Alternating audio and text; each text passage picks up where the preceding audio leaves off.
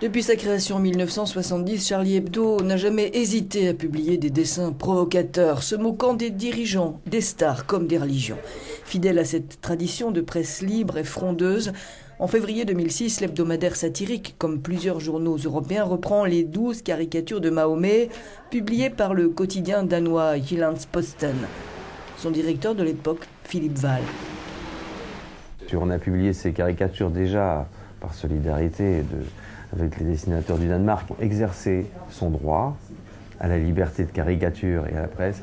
C'est pas une provocation. Depuis, l'hebdomadaire vit sous les menaces récurrentes de groupes islamistes, mais continue de paraître.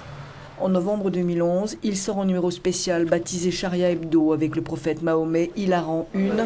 Le jour même de la publication, les locaux sont détruits par un incendie criminel. Lous, le dessinateur de cette une. Ces gens qui ont fait ça ne croient pas en Dieu, en fait. Ils ne croient pas en Dieu, ils ne croient pas dans leur religion. Voilà. Ils croient dans le feu, ils croient dans la disparition, ils croient dans la mort, mais ils ne croient pas dans la religion. Eux, ce sont les mécréants. Ce sont les mécréants qui ont fait ça. Le 19 septembre 2012, Charlie Hebdo publie des caricatures controversées inspirées du film islamophobe L'innocence des musulmans, diffusé sur Internet et qui avait entraîné des violences et des morts dans plusieurs pays.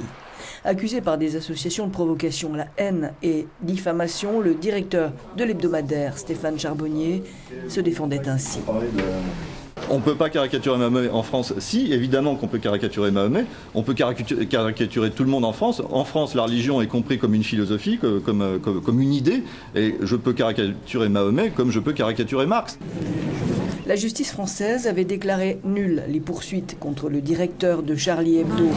En 2013, il avait publié un hors-série sur la vie de Mahomet rédigé par des rédacteurs musulmans. Personne ne connaît rien de Mahomet, personne ne connaît rien de cette religion.